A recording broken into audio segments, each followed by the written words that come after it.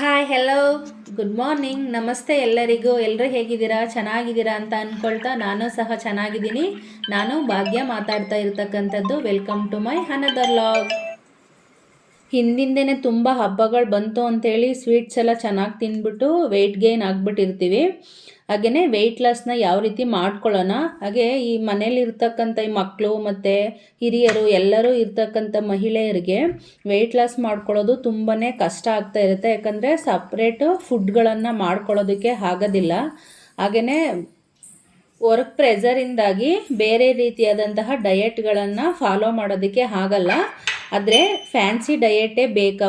ನಾವೇನಾದ್ರೂ weight loss ಮಾಡ್ಕೋಬೇಕು ಅಂತ ಹೇಳಿದ್ರೆ ನಮಗೆ ಫ್ಯಾನ್ಸಿ ಡಯೆಟೇ ಬೇಕಾಗುತ್ತಾ, ಅಥವಾ ನಾವು ದಿನನಿತ್ಯ ತಿಂತಕ್ಕಂಥ ಆಹಾರದಲ್ಲಿ ಯಾವ ರೀತಿಯಾಗಿ ಚೇಂಜಸನ್ನು ಮಾಡಿಕೊಂಡ್ರೆ ನಮ್ಮ ವೆಯ್ಟ್ ಲಾಸನ್ನು ಮಾಡ್ಕೋಬೋದು ಅನ್ನೋದನ್ನು ಕೆಲವೊಂದು ಟಿಪ್ಸ್ಗಳನ್ನು, ಅಂದರೆ ನಾನು ಯಾವ ರೀತಿಯಾಗಿ ಯೂಸ್ ಮಾಡ್ತೀನಿ ಐಡಿಯಾಸ್ನ ಅನ್ನೋದನ್ನು ಕೆಲವೊಂದು ಟಿಪ್ಸ್ಗಳ ಮೂಲಕ ನಿಮಗೆ ತಿಳಿಸ್ಕೊಡ್ತಾ ಇದ್ದೀನಿ. ಈ ಡಿಫ್ರೆಂಟ್ ರೀತಿಯಾದಂತಹ ಫುಡ್ಸ್ಗಳನ್ನೆಲ್ಲ ತಿಂತೀವಲ್ಲ, ಅದಕ್ಕೆ ನಾವು ಯಾವಾಗ್ಲೂ ಸ್ಟಿಕ್ ಆನ್ ಆಗಿರೋದಕ್ಕೆ ಆಗೋದಿಲ್ಲ. ಯಾಕಂದರೆ ನಮ್ಮ ಫುಡ್ ರೊಟೀನೇ ಬೇರೆ ಇರುತ್ತೆ. ನಾವು ವೆಯ್ಟ್ ಲಾಸ್ ಮಾಡಬೇಕು ಅಂತ ಹೇಳಿದ್ರೆ ತಿಂತಕ್ಕಂಥದ್ದು ಬೇರೆ ಇರುತ್ತೆ. ಹಾಗೆಯೇ ಈ ಜಿಮ್ಗೆ ಹೋಗ್ತಕ್ಕಂಥದ್ದು, ವರ್ಕೌಟ್ಗೆ ಹೋಗ್ತಕ್ಕಂಥದ್ದು ಇದನ್ನು ಸಹ ಮಾಡೋಕ್ಕಾಗಲ್ಲ, ಟೈಮೇ ಸಿಗ್ತಾ ಇರಲ್ಲ.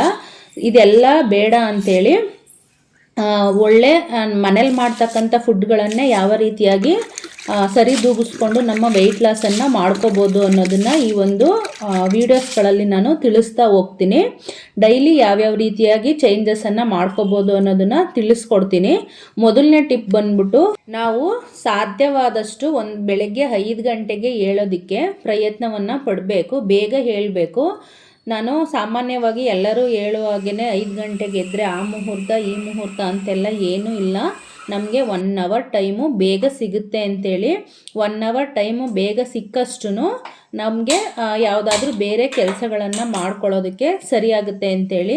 ಇವಾಗ 5 ಗಂಟೆಗೆ ಸಾಧ್ಯ ಆಗ್ತಕ್ಕಂಥವ್ರು 5 ಗಂಟೆಗೆ ಎದ್ದೇಳಿ. ಕೆಲವರು 7 ಗಂಟೆಗೆ ಹೇಳ್ತಕ್ಕಂಥವ್ರು ಏನಾದರೂ ಇದ್ದರೆ ಅವ್ರಿಗೆ 6 ಗಂಟೆಗಾದರೂ ಹೇಳಿ. 7 ಗಂಟೆಗೆ ಹೇಳೋರ್ಗಾದರೆ 2 ಅವರ್ಸ್ ಟೈಮ್ ಸಿಗುತ್ತೆ. 6 ಗಂಟೆಗೆ ಹೇಳೋರಾದರೆ 1 ಅವರ್ ಟೈಮ್ ಸಿಗುತ್ತೆ. ಸೊ ಗಡಿಬಿಡಿಯಲ್ಲಿ ಯಾವುದೇ ಕೆಲಸವನ್ನು ಮಾಡ್ತಕ್ಕಂಥದ್ದಿರಲ್ಲ. ನಾವು ಬೇಗ ಹೇಳೋದ್ರಿಂದ ಕೆಲಸಗಳು ಬೇಗ ಆಗೋದ್ರಿಂದ ಸ್ವಲ್ಪ ಮನಸ್ಸು ಪ್ರಶಾಂತವಾಗಿ ಇರುತ್ತೆ. ಆವಾಗ ಏನೆಲ್ಲ ಮಾಡ್ಬೋದು, ಯಾವ ರೀತಿಯಾಗಿ ನಮ್ಮ ಒಂದು ವೆಯ್ಟ್ ಲಾಸನ್ನು ಮಾಡ್ಕೋಬೋದು ಅನ್ನೋ ಮನಸ್ಥಿತಿ ಸಹ ನಮಗೆ ಐಡಿಯಾಸ್ ಸಹ ಸಿಗ್ತಾ ಹೋಗುತ್ತೆ. ನಮ್ಮಲ್ಲೇ ನಮ್ಮ ದೇಹ ಯಾವ ರೀತಿ ವರ್ಕ್ ಆಗುತ್ತೆ ಅನ್ನೋದನ್ನು ನೋಡಿಕೊಂಡು ನಾವು ಚೇಂಜಸನ್ನು ಮಾಡ್ಕೋಬೋದು. ನನಗಂತೂ ಬೆಳಗ್ಗೆ ಎದ್ದ ತಕ್ಷಣವೇ ವರ್ಕೌಟ್ ಮಾಡ್ತಕ್ಕಂಥದ್ದು, ವಾಕಿಂಗ್ ಹೋಗ್ತಕ್ಕಂಥದ್ದು ಇದೆಲ್ಲ ಸಾಧ್ಯ ಆಗಲ್ಲ, ಮನೇಲಿ ಕೆಲಸ ಇರೋದ್ರಿಂದ. ಈಗ ನಾನು ಆಲ್ರೆಡಿ ವಿಡಿಯೋದಲ್ಲಿ ತೋರಿಸ್ದೆ ಏನೆಲ್ಲ ಕೆಲಸ ಇರುತ್ತೆ ಅಂತೇಳಿ. ಹಾಗೆಯೇ ಎದ್ದ ತಕ್ಷಣವೇ ನಾನು ಮೊದಲಿಗೆ ನನ್ನ ವೆಯ್ಟ್ ಎಷ್ಟಿತ್ತು ಅಂತ ಚೆಕ್ ಮಾಡಿಕೊಂಡೆ. ಇದಾದ ನಂತರ ಹೊರಗಡೆ ಸ್ವಲ್ಪ ರಂಗೋಲಿ ಹಾಕ್ತಕ್ಕಂಥದ್ದು, ಕ್ಲೀನ್ ಮಾಡ್ತಕ್ಕಂಥ ಕೆಲಸಗಳು ಎಲ್ಲ ಇತ್ತು. ಎಲ್ಲವನ್ನು ಸಹ ಮುಗಿಸ್ಕೊಂಡು ಬಂದು ಅದಾದ ನಂತರ ಕೆಲಸಗಳನ್ನು ಶುರು ಮಾಡೋದಕ್ಕೆ ಮೊದಲೇ ಒಂದು 10 ನಿಮಿಷನಾದರೂ ಕೂತ್ಕೊಂಡು ಇಲ್ಲಿ ನಾನು ನೀರನ್ನು ಕುಡಿತೀನಿ. ಈಗಾಗಲೇ 6 ಗಂಟೆ ಟೈಮು ಆಗಿತ್ತು. ಇಲ್ಲಿ ನಾನು ಮೊದಲೇ ಒಂದೆರಡು ವೀಡಿಯೋಗಳಲ್ಲಿ ತೋರಿಸಿದ್ದೆ. ಆಮ್ಲ ಮತ್ತು ಬೀಟ್ರೋಟನ್ನು ಕ್ಯೂಬ್ಸಾಗಿ ಮಾಡಿ ಇಟ್ಕೊಂಡಿರ್ತೀನಿ. ಯಾಕಂದರೆ ಎದ್ದ ತಕ್ಷಣ ನಾವು ಮಿಕ್ಸಿಯನ್ನು ರನ್ ಮಾಡ್ಕೊಂಡು ಇರೋಕ್ಕಾಗಲ್ಲ. 6 ಗಂಟೆಗೆ ನಿದ್ದೆ ಮಾಡ್ತಾ ಇರೋರಿಗೆ ಡಿಸ್ಟರ್ಬ್ ಆಗ್ತಾ ಇರುತ್ತೆ ಅಂಥೇಳಿ. ಹಾಗೆಯೇ ಬೇರೆ ಬೇರೆ ಕೆಲಸದ ಪ್ರೆಷರ್ಗಳಲ್ಲಿ ಅದನ್ನೆಲ್ಲ ಮಾಡ್ಕೊಂಡು ಕೂತ್ಕೊಳ್ಳೋದಕ್ಕೆ ಟೈಮ್ ಆಗೋಲ್ಲ. ಯಾವಾಗ ನಮಗೆ ಮಾಡ್ಕೊಂಡು ಕೂತ್ಕೊಳ್ಳೋಕೆ ಟೈಮ್ ಆಗಲ್ವೋ ಆವಾಗ ನಾವು ಯಾವುದೇ ರೀತಿಯಾದಂತಹ ಡಯೆಟನ್ನು ಫಾಲೋ ಮಾಡಲ್ಲ. ಏನಿರುತ್ತೋ ಅದನ್ನೇ ಸಹ ತಿಂದ್ಬಿಟ್ಟು ಸುಮ್ಮನೆ ಆಗಿಬಿಡ್ತೀವಿ. ಹಾಗಾಗಿ ನಿಮಗೆ ಯಾವಾಗ ಫ್ರೀ ಇರುತ್ತೋ ಈ ರೀತಿ ಕ್ಯೂಬ್ಸ್ಗಳನ್ನು ಮಾಡಿ ಇಟ್ಕೊಂಡ್ರೆ ಡೈರೆಕ್ಟಾಗಿ ನಾವು ಅದನ್ನು ಯೂಸ್ ಮಾಡ್ಕೋಬೋದು. ನೀರನ್ನು ಕುಡಿದೆ ಇದಾದ ನಂತರ ಸ್ವಲ್ಪ ಏರ್ ಪ್ಯಾಕನ್ನು ಸಹ ಮಾಡ್ಕೊಳ್ಳೋಣ ಅಂಥೇಳಿ ನಾನು ಜೆಲ್ಲನ್ನು ಸಹ ಪ್ರಿಪೇರ್ ಮಾಡ್ಕೊಳ್ತಾ ಇದ್ದೀನಿ. ನಾವು ಅಡುಗೆ ಎಲ್ಲ ಕೆಲಸಗಳನ್ನು ಟಿಫನ್ ಬಾಕ್ಸ್ಗೆಲ್ಲ ರೆಡಿ ಮಾಡುವಷ್ಟರಲ್ಲಿ ಈ ಜೆಲ್ಲು ಸಹ ರೆಡಿಯಾಗಿರುತ್ತೆ. ಈ ಪ್ಯಾಕ್ಗಳನ್ನು ಹಾಕ್ಕೊಂಡು 1 ಅವರ್ ಬಿಟ್ಟು ನಂತರ ನಾವು ಸ್ನಾನಕ್ಕೂ ಸಹ ಹೋಗಬಹುದು. ಈ ಏರ್ ಪ್ಯಾಕ್ ಮಾಡ್ಕೊಳ್ಳೋದ್ರಿಂದ ಏರ್ ಕೇರು ಸಹ ಆದಂಗೆ ಆಗುತ್ತೆ. ಟಿಫನ್ ಕೆಲಸ ರೆಡಿ ಮಾಡೋದಕ್ಕೆ ಮೊದಲೇ ಇಲ್ಲಿ ನಾವು ಏರ್ ಪ್ಯಾಕನ್ನು ಮಾಡಿ ಇಟ್ಕೊಬಿಟ್ರೆ, ಏರ್ಗೆ ಹಚ್ಕೊಬಿಟ್ರೆ ಅದಾದ ನಂತರ ನಾವು ಟಿಫನ್ ಎಲ್ಲ ರೆಡಿ ಮಾಡಿ ಎಲ್ಲ ಕೆಲಸಗಳನ್ನು ಕ್ಲೀನ್ ಮಾಡುವಷ್ಟರಲ್ಲಿ ನಮಗೆ 1 ಅವರ್ ರೆಸ್ಟ್ ಕೂಡ ಏರಲ್ಲಿ ಅದು 1 ಅವರ್ ರೆಸ್ಟ್ ಕೂಡ ಆಗುತ್ತೆ. ನಾನು ಸಹ ರೆಡಿ ಮಾಡಿ ಇಟ್ಕೊಂಡೆ. ಬಿಸಿ ಇತ್ತು, ಮೊದಲು ಬಿಸಿ ಇರೋದು ತೋರಿಸ್ತಾ ಇದ್ದೀನಿ. ಬಿಸಿ ಇರುವಾಗಲೇ ಸೋದಿಸ್ಕೊಂಡಿದ್ದೀನಿ. ಅದಾದ ನಂತರ ಇದು ಆರಿರ್ತಕ್ಕಂಥದ್ದು ಇವಾಗ ನೋಡಿ ಗಟ್ಟಿಯಾಗಿದೆ. ಇದಾದ ನಂತರ ನಾನು ಇದನ್ನೆಲ್ಲ ಹೇರ್ಗೆ ಅಪ್ಲೈ ಮಾಡಿಕೊಂಡು ಅದಾದ ನಂತರ ನಾನು ಅಡುಗೆಯನ್ನು ಮಾಡೋದಕ್ಕೆ ಶುರು ಮಾಡ್ತೀನಿ. ನಾನಿವತ್ತು ಹೆಲ್ದಿ ಬಿಸಿಬೇಳೆಬಾತ್ ರೆಸಿಪಿಯನ್ನು ತೋರಿಸ್ತಾ ಇದ್ದೀನಿ. ಸಾಮಾನ್ಯವಾಗಿ ಬಿಸಿಬೇಳೆಬಾತ್ ಮಾಡ್ತಕ್ಕಂಥ ಸಂದರ್ಭದಲ್ಲಿ ಬರೀ ಬೇಳೆಕಾಳನ್ನು ಅಷ್ಟೇ ಯೂಸ್ ಮಾಡ್ಕೊಳ್ತೀವಲ್ವ, ಆದರೆ ನಾನಿಲ್ಲಿ ಬೇಳೆಕಾಳು ಜೊತೆ ಹೆಸರು ಬೇಳೆಯನ್ನು ಸಹ ನಾನು ಯೂಸ್ ಮಾಡ್ಕೊಂಡಿದ್ದೀನಿ. ಒಂದು ಅರ್ಧ ಕಪ್ಪು ಬೇಳೆಕಾಳು ಮತ್ತು ಒಂದು ಅರ್ಧ ಕಪ್ಪು ಹೆಸರು ಬೇಳೆಯನ್ನು ತಗೊಂಡಿದ್ದೀನಿ. ಬೇಕಂತ ಹೇಳಿದ್ರೆ ಮಸೂರ್ ದಾಲ್, ಈ ರೆಡ್ ಬೇಳೆ ಬರುತ್ತಲ್ಲ ಅದನ್ನು ಸಹ ತಗೋಬೋದು. ಇದನ್ನು ಮೊದಲೇ ಒಂದು 10 ನಿಮಿಷ ನೆನೆಸಿದ್ದೆ. ಈಗ ಅದನ್ನು ಬೇಯೋದಕ್ಕೆ ಇಡ್ತಾ ಇದ್ದೀನಿ. ನಾನು ಯಾವಾಗಲೂ ಸಹ ಬೇಳೆಯನ್ನು ಫಸ್ಟೇ ಬೇಯಿಸ್ಕೊಳ್ತೀನಿ. ರೈಸ್ನೆಲ್ಲ ಒಟ್ಟಿಗೆ ಸೇರಿಸಿ ಬೇಯಿಸ್ಕೊಳ್ಳೋದಿಲ್ಲ. ಒಟ್ಟಿಗೆ ರೈಸ್ ಎಲ್ಲ ಬೇಯಿಸ್ಕೊಬಿಟ್ರೆ ಜಾಸ್ತಿ ರೈಸ್ ಎಲ್ಲ ಬೆಂದೋಗ್ಬಿಡುತ್ತೆ ಮತ್ತು ಬೇಳೆ ಅಷ್ಟೊಂದಾಗಿ ಬೆಂದಿರಲ್ಲ. ಹಾಗಾಗಿ ಫಸ್ಟ್ ಬೇಳೆಯನ್ನು ಬೇಯಿಸ್ಕೊಳ್ತೀನಿ. ಅದಾದ ನಂತರ ರೈಸನ್ನು ಸೇರಿಸ್ಕೊಳ್ತೀನಿ. ಅದು ಬೇಳೆ ಬೇಯೋ ಅಷ್ಟರಲ್ಲಿ ರೈಸನ್ನು ಸಹ ನೆನೆಸ್ಕೊಳ್ತಾ ಇದ್ದೀನಿ. 1 ಕಪ್ಪು ಬೇಳೆಗೆ 1 ಕಪ್ ರೈಸನ್ನು ತಗೊಳ್ತೀನಿ. ಹಾಗೆಯೇ ಬೆಳಿಗ್ಗೆ ಬಿಸಿಬೇಳೆಬಾತ್ ಮಾಡೋ ಪ್ಲ್ಯಾನ್ ಇರೋದ್ರಿಂದ ನೈಟೇ ಕಾಳನ್ನು ಸಹ ಬಟಾಣಿ ಕಾಳನ್ನು ಸಹ ನೆನೆಸ್ಕೊಂಡಿದ್ದೆ. ಅದಾದ ನಂತರ ಈ ಗ್ಯಾಪಲ್ಲಿ ನಾನು ತರಕಾರಿಗಳನ್ನೆಲ್ಲ ಕಟ್ ಮಾಡಿಕೊಂಡೆ. ಸಾಧ್ಯವಾದಷ್ಟು ಎಷ್ಟು ಜಾಸ್ತಿ ತರಕಾರಿಗಳನ್ನು ಹಾಕೋಕ್ಕೆ ಸಾಧ್ಯ ಆಗುತ್ತೋ ಅಷ್ಟು ತರಕಾರಿಗಳನ್ನು ಸೇರಿಸ್ಕೊಳ್ಳೋದಕ್ಕೆ ಪ್ರಯತ್ನ ಪಡಿ. ನಾನಿಲ್ಲಿ ಆಲೂಗೆಡ್ಡೆ, ಕ್ಯಾರೆಟು, ಬೀನ್ಸು, ಸೀಮೆ ಬದನೆಕಾಯಿ, ಟೊಮೊಟೊ, ಈರುಳ್ಳಿ ಎಲ್ಲವನ್ನು ಸಹ ಸೇರಿಸ್ಕೊಂಡಿದ್ದೀನಿ. ಹಾಗೆಯೇ ಕಾಯಿಯನ್ನು ಸಹ ಕಟ್ ಮಾಡಿ ತಿನ್ನೋದಕ್ಕೆ ಚೆನ್ನಾಗಿರುತ್ತೆ ಅಂತ ಸೇರಿಸ್ಕೊಂಡಿದ್ದೀನಿ. ಹಾಗೆ ಇದು ಹೋಮ್ ಮೇಡ್ ಬಿಸಿಬೇಳೆಬಾತ್ ಪೌಡರು. ಸಾಧ್ಯವಾದಷ್ಟು ಮನೆಯಲ್ಲೇ ಮಾಡಿ ಇಟ್ಕೊಳ್ಳೋದಕ್ಕೆ ಪ್ರಯತ್ನ ಪಡಿ. ಅಂಗಡಿಯಲ್ಲಿ ತುಂಬ ದಿನದಿಂದ ಮಾಡಿ ಇಟ್ಟಿರ್ತಾರೆ, ಪ್ರಿಸರ್ವೇಟಿವ್ಸ್ ಎಲ್ಲ ಯೂಸ್ ಮಾಡಿ. ಆದ್ದರಿಂದ ಮನೆಯಲ್ಲೇ ಯೂಸ್ ಮಾಡಿದ್ರೆ ಒಳ್ಳೆಯದಂತ ನನ್ನ ಅಭಿಪ್ರಾಯ. ಅದಾದ ನಂತರ ಸ್ವಲ್ಪ ಹುಣಸೆಹಣ್ಣನ್ನು ಸಹ ನೆನೆ ಹಾಕಿ ಇಟ್ಕೊಂಡಿದ್ದೀನಿ. ಬೇಳೆ ಸಹ ಬೆಂದಿದ್ದು ಆಯಿತು. ಬೇಳೆ ಕುಕ್ಕರಲ್ಲಿ ಜಾಸ್ತಿ ಅಂತ ಅನ್ನಿಸ್ತು. ಹಾಗಾಗಿ ಈ ಕುಕ್ಕರಲ್ಲಿ ಬೇಯಿಸೋಕ್ಕಾಗಲ್ಲ ಅಂತ ಹಾಗಾಗಿ ಬೇರೆ ಒಂದು ಕುಕ್ಕರ್ಗೆ ನಾನು ಇದನ್ನು ಟ್ರಾನ್ಸ್ಫರ್ ಕೂಡ ಮಾಡ್ಕೊಳ್ತಾ ಇದ್ದೀನಿ. ಇದಾದ ನಂತರ ಇದಕ್ಕೆ ನಾನು ಕಟ್ ಮಾಡಿ ಇಟ್ಕೊಂಡಿದ್ದಂತಹ ಎಲ್ಲ ತರಕಾರಿಗಳನ್ನು ನಾನಿವಾಗ ಸೇರಿಸ್ಕೊಳ್ತೀನಿ. ಇದಕ್ಕೆ ಹೆಲ್ದಿ ಲೈಫ್ ಸ್ಟೈಲ್ ಅಂದರೆ ಇಷ್ಟೇ. ನಾವು ಏನು ಅಡುಗೆಗಳನ್ನು ಮಾಡ್ಕೊಳ್ತೀವೋ ಅದಕ್ಕೆ ಈ ಜಾಸ್ತಿ ತರಕಾರಿಗಳನ್ನು ಸೇರಿಸ್ಕೊಳ್ತಕ್ಕಂಥದ್ದು. ಊಟ ತಿನ್ನುವಂಥ ಸಂದರ್ಭದಲ್ಲಿ ನಾವು ಜಾಸ್ತಿ ಅನ್ನ ತಿನ್ನೋದನ್ನು ಬಿಟ್ಟು ಇವಾಗ ಇದಕ್ಕೆ ನಾನು ಕಾಳುಗಳನ್ನು ಸಹ ಸೇರಿಸ್ಕೊಂಡಿದ್ದೀನಿ. ಬಟಾಣಿ ಕಾಳುಗಳನ್ನು ಸೇರಿಸ್ಕೊಂಡಿದ್ದೀನಿ. ಹಾಗೆ ಬೇಳೆ ಬೇಯಿಸಿದ್ದೀನಿ. ಹಾಗೆ ತರಕಾರಿಗಳನ್ನು ಸೇರಿಸ್ಕೊಂಡಿದ್ದೀನಿ. ಇದು ಸಹ ಡಯೆಟಲ್ಲಿ ಒಂದು ಹೆಲ್ದಿ ಚಾಯ್ಸ್ ಅಂತಲೇ ಹೇಳ್ಬೋದು. ಯಾವುದು ಹೆಲ್ತಿ ಯಾವುದು ಅನ್ಹೆಲ್ತಿ ಅನ್ನೋ ಫುಡ್ಗಳು ಇರೋದಿಲ್ಲ. ಯಾವುದೇ ಫುಡ್ ಆದರೂ ಅಷ್ಟೇ, ನಾವು ಯಾವ ರೀತಿ ಅದನ್ನು ತಿಂತೀವಿ ಅನ್ನೋದ್ರ ಮೇಲೆ ನಮ್ಮ ವೆಯ್ಟ್ ಲಾಸ್ ಅಥವಾ ವೆಯ್ಟ್ ಗೇನ್ ನಿರ್ಧಾರ ಆಗುತ್ತೆ. ಹಾಗಾಗಿನೇ ಇವಾಗ ಎಷ್ಟೋ ಜನ ವೆಯ್ಟ್ ಲಾಸ್ ಮಾಡ್ಬೇಕಂತೇಳಿದ್ರೆ ಓಟ್ಸೇ ತಿನ್ನಬೇಕೇನೋ ಅಂತೆಲ್ಲ ಅಂದ್ಕೊಂಡಿರ್ತಾರಲ್ಲ, ಆ ರೀತಿ ಎಲ್ಲ ಏನೂ ಇಲ್ಲ. ಅದನ್ನು ಜಾಸ್ತಿ ದಿನದವರೆಗೂ ನಾವು ಮಾಡೋದಕ್ಕೆ ಆಗಲ್ಲ.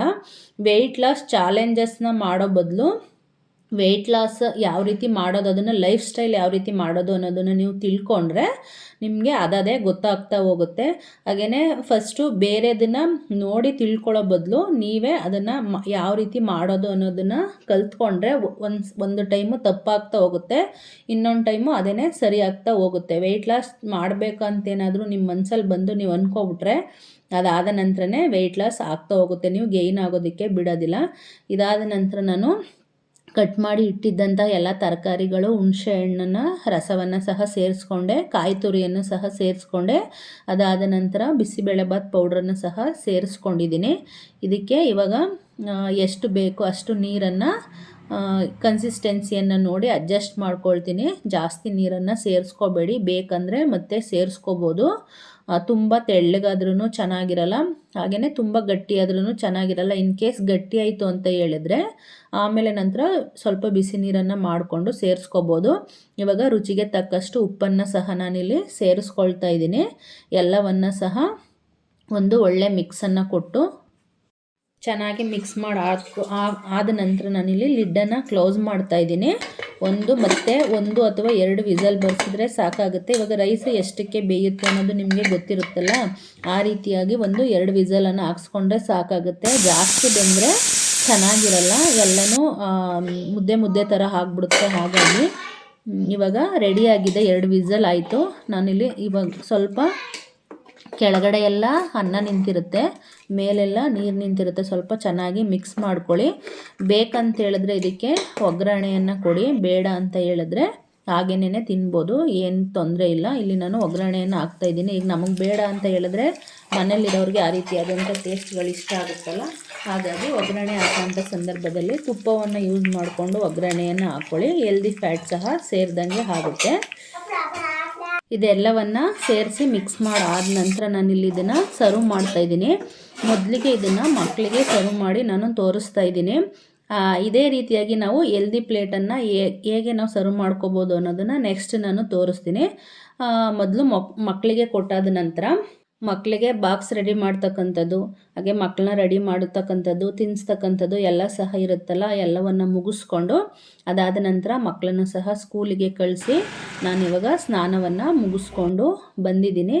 ಇದಾದ ನಂತರ ನನ್ನ ರೊಟೀನನ್ನು ನಾನು ಸ್ಟಾರ್ಟ್ ಮಾಡ್ಕೊಳ್ತಿದ್ದೀನಿ. ಎಲ್ಲರಿಗೂ ಅಷ್ಟೇ ಬೆಳಗ್ಗೆ ಎದ್ದ ತಕ್ಷಣ ಇದೇ ರೀತಿಯಾದಂಥ ಒಂದು ಬ್ಯುಸಿಯಾದಂಥ ಶೆಡ್ಯೂಲ್ಗಳು ಇದ್ದೇ ಇರುತ್ತೆ. ಇದರ ಮಧ್ಯೆನೂ ಸಹ ನಾವೇನು ಮಾಡಬೇಕಾಗುತ್ತೆ, ಯಾವ ರೀತಿಯಾಗಿ ನಮ್ಮ ಹೆಲ್ತನ್ನು ಸಹ ನೋಡ್ಕೊಳ್ಳೋದು ಅನ್ನೋದನ್ನು ಸಹ ನಾವು ಮ್ಯಾನೇಜ್ ಮಾಡ್ಕೋಬೇಕಾಗುತ್ತೆ.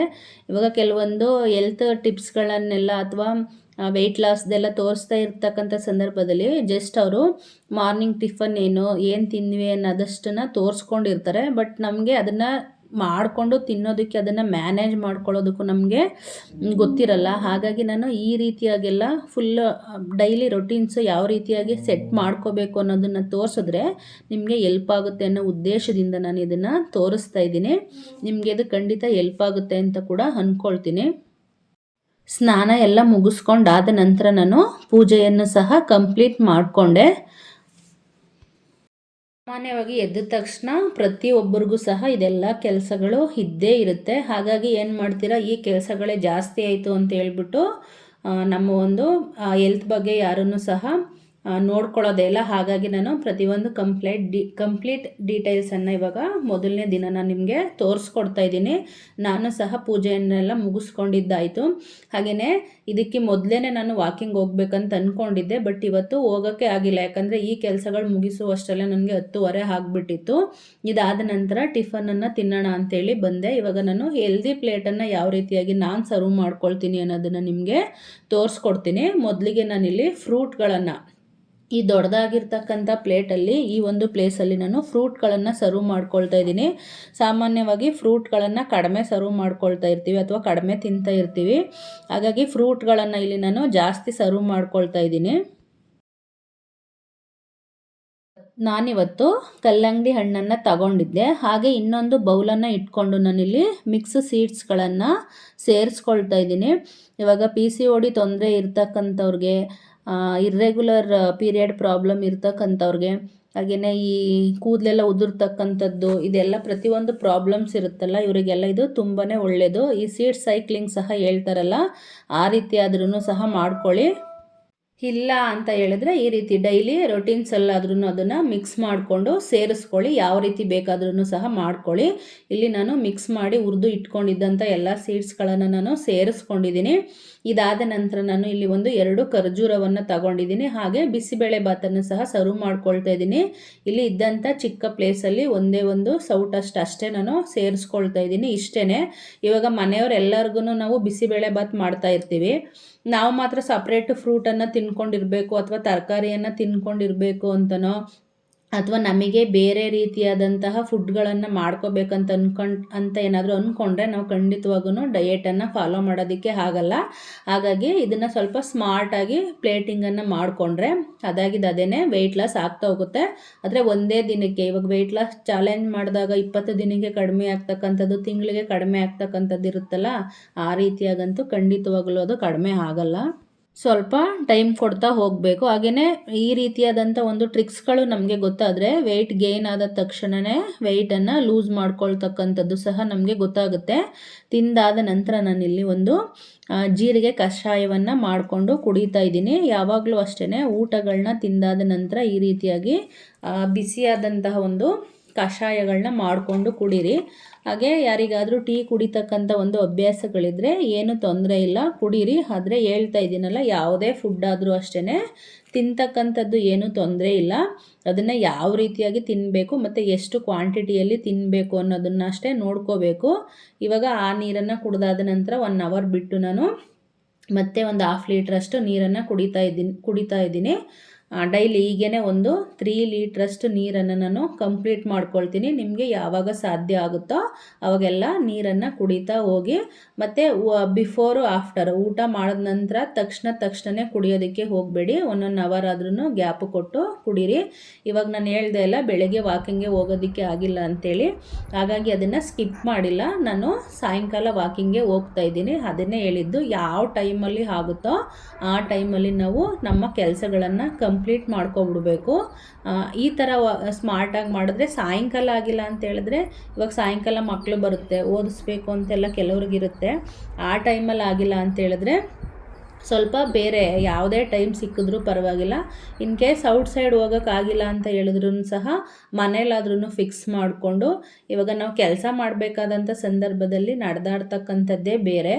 ಆದರೆ ಇದಕ್ಕೆ ಒಂದು ಮೈಂಡ್ ಸೆಟ್ಟನ್ನು ಫಿಕ್ಸ್ ಮಾಡಿಕೊಂಡು ನಾವು ನಡೆಯೋಂಥದ್ದೇ ಬೇರೆ. ಹಾಗಾಗಿ 1 ಅವರು ಖಾಲಿಯಾಗಿ ಸುಮ್ಮನೆ ನಡೆದಾಡ್ತಾ ಇರಬೇಕು. ಏನೋ ಕೆಲಸಗಳನ್ನು ಮಾಡ್ಕೊಂಡು, ಈಗ ಮನೇಲಿ ನಾವು ಕೆಲಸ ಮಾಡಿಕೊಂಡು ನಾವು ನಡೆದಾಡ್ತಾನೆ ಇರ್ತೀವಂತೆಲ್ಲ ಹೇಳ್ತೀವಲ್ಲ, ಆ ರೀತಿ ಎಲ್ಲ ಅದು ಕೌಂಟ್ ಆಗಲ್ಲ. ಈ ರೀತಿಯಾಗೇ ಅದಕ್ಕೇ ಸಪ್ರೇಟ್ 1 ಅವರ್ ಅಂತೇಳೇ ನಾವು ಅದಕ್ಕೆ ನಡೆಯೋದನ್ನು ಪ್ರಾಕ್ಟೀಸ್ ಮಾಡ್ಕೋಬೇಕು. ಇದಾದ ನಂತರ ನಾನು ಮಧ್ಯಾಹ್ನ ಫುಡ್ಡನ್ನು ತಿಂದಿರಲಿಲ್ಲ. ಹಾಗಾಗಿ ಒಂದು ಬಾಳೆಹಣ್ಣನ್ನು ತಗೊಳ್ತಾ ಇದ್ದೀನಿ. ಹೆವಿ ಅಂತ ಅನ್ನಿಸ್ತು, ಹಾಗಾಗಿ ನಾನು ಫುಡ್ಡನ್ನು ತಿಂದಿರಲಿಲ್ಲ. ಇದಾದ ನಂತರ ನಾನಿಲ್ಲಿ ನೈಟು ಊಟಕ್ಕೆ ಮೊಳಕೆ ಕಾಳುಗಳನ್ನು ಕಟ್ಟಿ ಯಾವಾಗಲೂ ಅಷ್ಟೇ ರೆಡಿ ಮಾಡಿ ಇಟ್ಕೊಂಡಿರ್ತೀನಿ. ಈ ಥರ ಯಾವಾಗ ಬೇಕೋ ಆವಾಗ ಯೂಸ್ ಮಾಡ್ಕೋಬೋದು ಅಂಥೇಳಿ ಇಲ್ಲಿ ಹೆಸರು ಕಾಳು, ಮೊಳಕೆ ಕಟ್ಟಿದಂಥ ಹೆಸರು ಕಾಳು, ಹಾಗೆಯೇ ಎಲೆಕೋಸನ್ನು ಯೂಸ್ ಮಾಡಿಕೊಂಡು ಒಂದು ಪಲ್ಯವನ್ನು ಮಾಡ್ಕೊಳ್ತಾ ಇದ್ದೀನಿ. ಇದೇ ರಸಕ್ಕೆ ನಾವು ಮುದ್ದೆಗೆ ಯೂಸ್ ಮಾಡ್ಕೊಳ್ತೀವಿ. ಉಪ್ಸಾರು ಮತ್ತು ಪಲ್ಯವನ್ನು ಮಾಡ್ಕೊಳ್ತಾ ಇದ್ದೀನಿ. ನೈಟು ಮುದ್ದೆ ಮಾಡಬೇಕನ್ನೋ ಪ್ಲ್ಯಾನಿಂಗ್ ಇತ್ತು. ಇವಾಗ ನಾನು ಮಧ್ಯಾಹ್ನ ಊಟ ಮಾಡಿಲ್ಲ ಅಲ್ಲ, ಹಾಗಾಗಿ ನೈಟು ಒಂದು ಸ್ವಲ್ಪ ಹೆವಿಯಾಗಿ ತಿಂದರೆ ಏನು ತೊಂದರೆ ಇಲ್ಲ. ಯಾವಾಗಲೂ ಅಷ್ಟೇ ಸ್ವಲ್ಪ ಸ್ಮಾರ್ಟಾಗಿ ಥಿಂಕ್ ಮಾಡಿಕೊಂಡು ಊಟವನ್ನು ತಿನ್ನಿ. ನಿಮಗೆ ಯಾವಾಗ ಹಶ್ವಿರಲ್ಲ, ಬೇಡ ಅಂತ ಅನಿಸುತ್ತೋ ಆವಾಗ ಖಂಡಿತವಾಗಿ ಊಟ ಮಾಡಬೇಡಿ. ಅದಾದ ನಂತರನೂ ಊಟ ಸ್ಕಿಪ್ ಮಾಡೋದಕ್ಕೆ ಹೋಗಬೇಡಿ ಅಥವಾ ಕಡಿಮೆ ತಿನ್ನೋದಕ್ಕೆ ಹೋಗಬೇಡಿ. ಕೆಲವೊಂದು ಟೈಮ್ ಹೇಳ್ತಾರಲ್ವ, ನೈಟು ಸ್ವಲ್ಪ ಕಮ್ಮಿನೇ ತಿನ್ನಿ ಅಂತೇಳಿ. ನಾವು ಇವಾಗ ಮಧ್ಯಾಹ್ನ ತಿಂದಿರಲ್ಲ, ನೈಟ್ ಏನಾದರೂ ಕಡಿಮೆ ತಿನ್ಕೊಂಡು ಹೋದರೆ ಮತ್ತು ಅದು ನಮಗೆ ಸರಿಯಾಗಿ ಅಡ್ಜಸ್ಟ್ ಆಗಲ್ಲ, ಸೆಟ್ ಆಗಲ್ಲ, ನಿದ್ದೆ ಬರಲ್ಲ, ಆ ಥರ ಎಲ್ಲ ಆಗುತ್ತೆ. ಈ ನಿದ್ದೆ ಬಂದಿಲ್ಲ ಅಂಥೇಳಿ ಮತ್ತು ಹಶ್ವಾಗ್ತಾ ಇದೆ ಅಂಥೇಳಿ ಮತ್ತು ಏನೇನೇನೇನೋ ಎದ್ದು ಏನಿರುತ್ತೋ ಅದನ್ನೆಲ್ಲ ತಿನ್ನೋದಕ್ಕೆ ಶುರು ಮಾಡ್ತೀವಿ. ಹಾಗಾಗಿ ನಾವು ಎಷ್ಟೇ ವಾಕ್ ಮಾಡಿದ್ರೂ ಎಷ್ಟೇ ಫುಡ್ಗಳನ್ನು ಚೇಂಜ್ ಮಾಡಿಕೊಂಡ್ರೂ ನಮಗೆ ವೆಯ್ಟ್ ಲಾಸ್ ಆಗಲ್ಲ. ಹಾಗಾಗಿ ಸ್ವಲ್ಪ ಕಾನ್ಷಿಯಸ್ಸಾಗಿ ಇದ್ಕೊಂಡೆ ನಾವು ವೆಯ್ಟ್ ಲಾಸನ್ನು ಮಾಡಬೇಕು. ಇವಾಗ ಮುದ್ದೆನೂ ಸಹ ಆಯಿತು, ಪಲ್ಯನೂ ಸಹ ರೆಡಿ ಆಯಿತು. ನಾನು ಈ ರೀತಿಯಾಗಿ ಸರ್ವ್ ಮಾಡ್ಕೊಳ್ತಾ ಇದ್ದೀನಿ. ಬೇಕಂತ ಹೇಳಿದ್ರೆ ಜೊತೆಗೂ ಸ್ವಲ್ಪ ರೈಸನ್ನು ಸಹ ತಗೋಬೋದು. ಯಾಕಂದರೆ ಆಲ್ರೆಡಿ ನಾವು ಮಧ್ಯಾಹ್ನ ಒಂದು ಮೀಲನ್ನು ತಗೊಂಡಿಲ್ಲ. ನಿಮಗೆ ಗೊತ್ತಾಗುತ್ತೆ ಯಾವಾಗ ಯಾವ ರೀತಿ ಸೆಟ್ ಮಾಡ್ಕೋಬೇಕಂತೇಳಿ. ಆ ರೀತಿಯಾಗಿ ಸೆಟ್ ಮಾಡಿಕೊಂಡು ಊಟವನ್ನು ಮಾಡಿ. ಇದಾದ ನಂತರ ನಾನು ಮಧ್ಯಾಹ್ನದಷ್ಟಲ್ಲಿ ಸ್ವಲ್ಪ ಜೀರಿಗೆ ನೀರನ್ನು ಕುಡಿದಿದ್ನಲ್ಲ, ಅದೇ ಜೀರಿಗೆಯನ್ನು ಮತ್ತೆ ರೀಯೂಸನ್ನು ಮಾಡ್ಕೊಳ್ತಾ ಇದ್ದೀನಿ. ಅದನ್ನೇ ಮತ್ತೆ ಬಿಸಿ ಮಾಡಿಕೊಂಡು ಕುಡಿತಾ ಇದ್ದೀನಿ. ಊಟ ಆದ ನಂತರ ಇದಕ್ಕೆ ಸ್ವಲ್ಪ ನಾನು ಚಕ್ಕೆ ಪೌಡ್ರನ್ನು ಸಹ ಇಲ್ಲಿ ಸೇರಿಸ್ಕೊಳ್ತಾ ಇದ್ದೀನಿ. ಈ ರೀತಿಯಾಗಿ ನನ್ನ ದಿನವನ್ನು ನಾನು ಕಂಪ್ಲೀಟ್ ಮಾಡಿಕೊಂಡೆ. ಯಾರಿಗಾದ್ರೂ ಈ ವಿಡಿಯೋ ಇಷ್ಟ ಆಗಿದೆ ಅಂತ ಹೇಳಿದ್ರೆ ದಯವಿಟ್ಟು ಸಬ್ಸ್ಕ್ರೈಬ್ ಮಾಡಿ, ಹಾಗೆ ನಮ್ಮ ಚಾನಲ್ಗೆ ಸಪೋರ್ಟ್ ಮಾಡಿ. Thank you so much. ಇನ್ನಷ್ಟು ಫುಡ್ ರೊಟೀನ್ಗಳ ಜೊತೆ ಹಾಗೆ ಇನ್ನಷ್ಟು ಐಡಿಯಾಗಳ ಜೊತೆ ಟಿಪ್ಸ್ಗಳ ಜೊತೆ ನಾಳೆ ನಾನು ನಿಮಗೆ ಸಿಗ್ತೀನಿ. ಅಲ್ಲಿ ತನಕ ನನ್ನನ್ನು ಮಿಸ್ ಮಾಡ್ಕೊಳ್ತಾ ಇರಿ ಅಂತ ಹೇಳ್ತಾ ಎಲ್ಲರಿಗೂ ಬಾಯ್ ಬಾಯ್, ಗುಡ್ ನೈಟ್.